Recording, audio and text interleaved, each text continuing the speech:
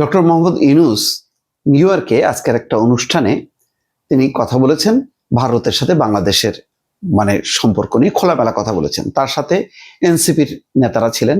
তো সেখানে তিনি বলছেন যে আসলে বাংলাদেশের সাথে ভারতের সমস্যা দেখা দিয়েছে, এই সমস্যা আপাতত সম্ভবত মিটবে না, কারণ শেখ হাসিনা গণহত্যা করেছে, তাকে আশ্রয় দিয়েছে, বাংলাদেশের ছাত্রদের আন্দোলনকে মেনে নেয়নি এবং এটা ইসলামী আন্দোলন, এবং এমনকি তাকে তালেবানও বলা হচ্ছে।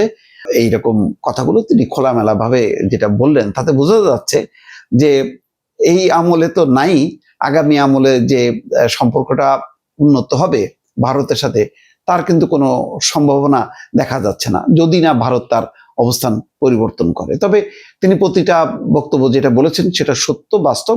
তবে তৃতীয় কোনো দেশে যে প্রতিবেশী দেশ সম্পর্কে এই আলোচনাটা খুব প্রাসঙ্গিক ছিল কিনা আমি ঠিক এটা বুঝতে পারছি না দর্শক।